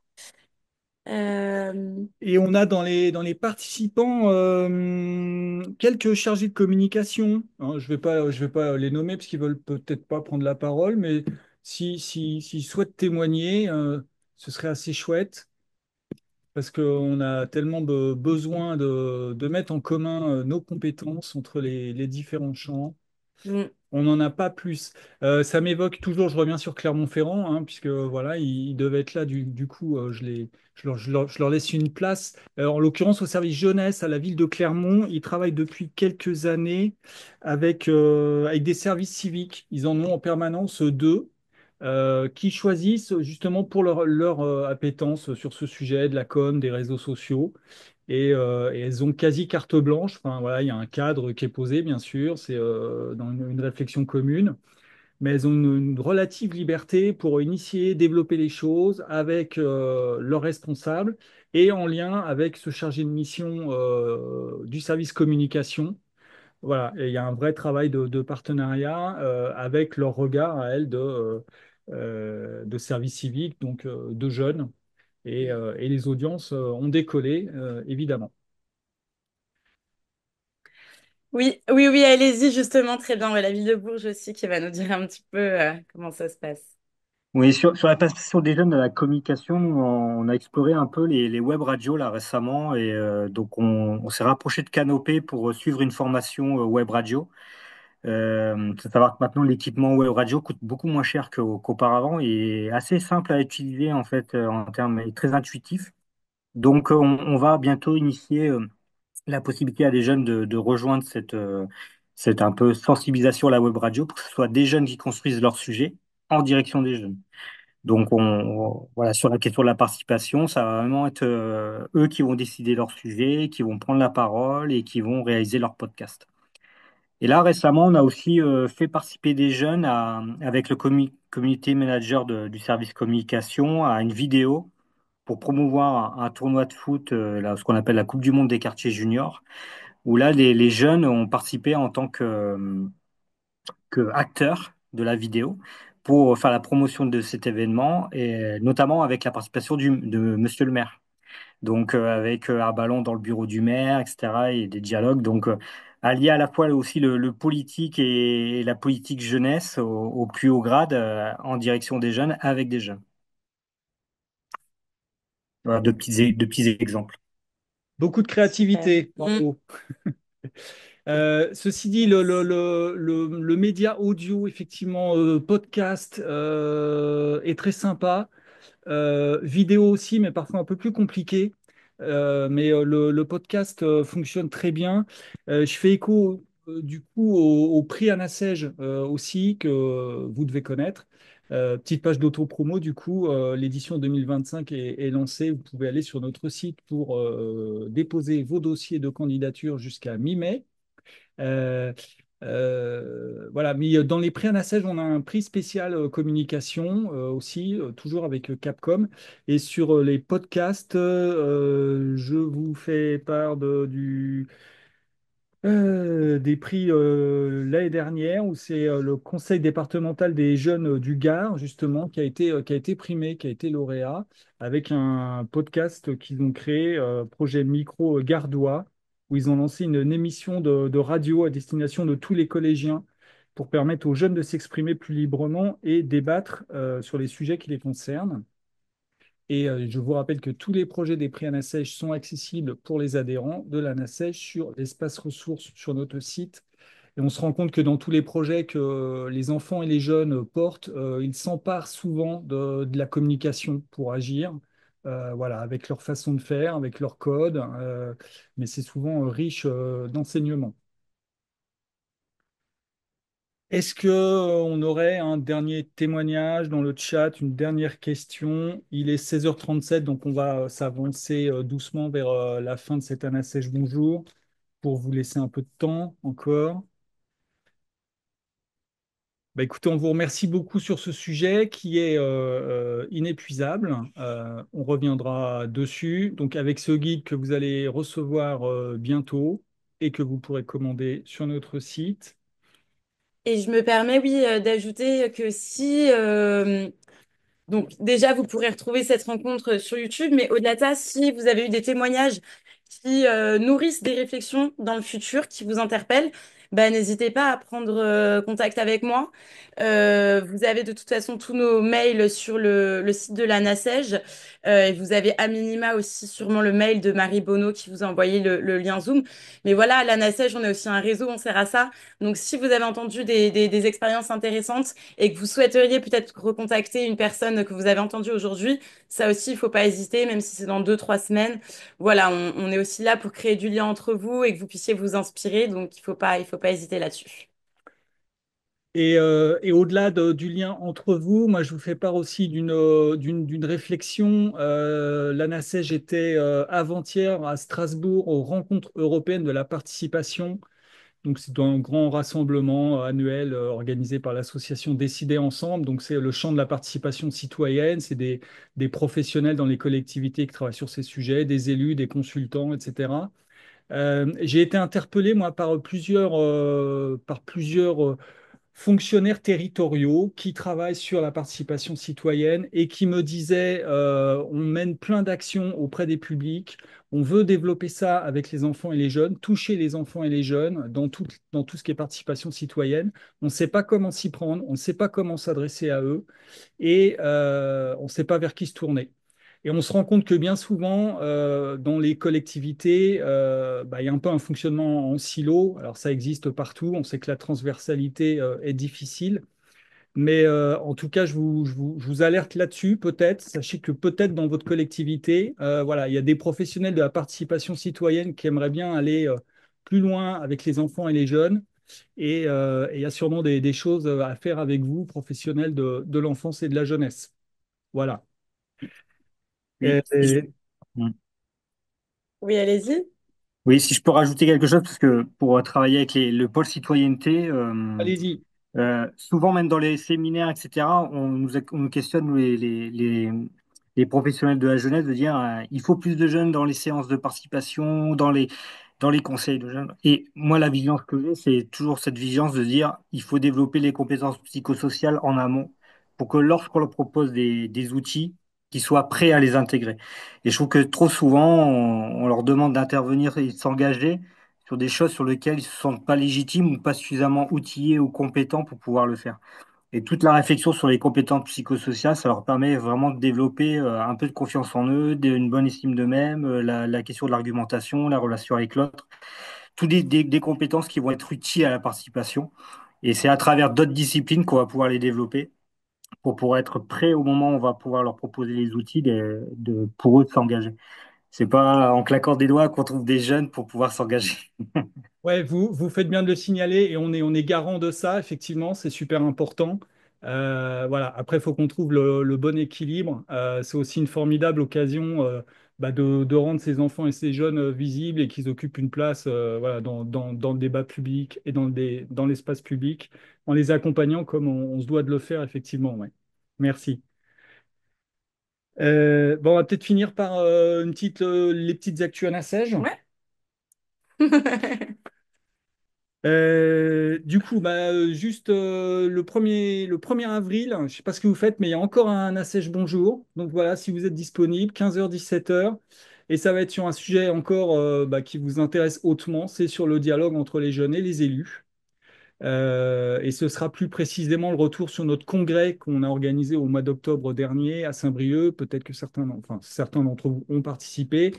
On a pris le temps de mûrir tout ça, de collecter tous les travaux, d'analyser ça, et on va publier des actes pour analyser un peu cette expérience et que ça profite à tout le monde dans les territoires. Et donc le 1er avril, on vous proposera dans le même format, 1h30, 1h40 en vidéo, une présentation de ces travaux. Vous parlez aussi dans le mois qui vient, avril, des rencontres du réseau. Vous savez que c'est très important aussi à la NACEJ. Vous signalez, pour ceux que ça concerne, une rencontre du réseau des grandes villes le 3 en visio. Et le 10 avril, ce sera une rencontre du réseau des régions en visio aussi. Si vous ne l'avez pas noté, voilà, il est encore temps. Et vous signalez 2 formations à venir au mois de mai, puisque c'est le troisième versant de notre action. Le 15 mai, le 15 mai, une formation sur les clés de la participation. Et enfin, les 22 et 23 mai, une formation sur animer un dispositif de participation. On arrive au terme de cette émission. Tac. Je vous mets aussi, donc je vous ai mis le lien de la page Anna-Sège avec donc les prochaines rencontres Anna-Sège. Jean-Marc vous en a parlé et je viens de vous mettre aussi le lien vers YouTube, d'où la petite musique pardon qui s'est incrustée. On me posait la question, cet Anna-Sège Bonjour aujourd'hui, il sera sur YouTube demain ou lundi maximum, mais pas dès ce soir. Donc voilà, parce qu'il y a quelqu'un qui demandait justement, c'est une super idée pour transmettre aux collègues. Donc juste voilà pour information et vous retrouvez aussi tous les derniers, notamment le dernier sur cité éducative. On a parlé aussi de l'éducation à la vie émotionnelle relationnelle. Ça fait un écho un peu aux compétences psychosociales et on en avait aussi fait un sur la culture. Enfin voilà, n'hésitez pas à aller regarder un petit peu. Il y a beaucoup de choses et voilà. Merci beaucoup Merci à vous. pour On votre espère participation. que ça vous a plu, que ça vous sera utile. Et on vous dit à très bientôt. À très bientôt et on reste à votre disposition.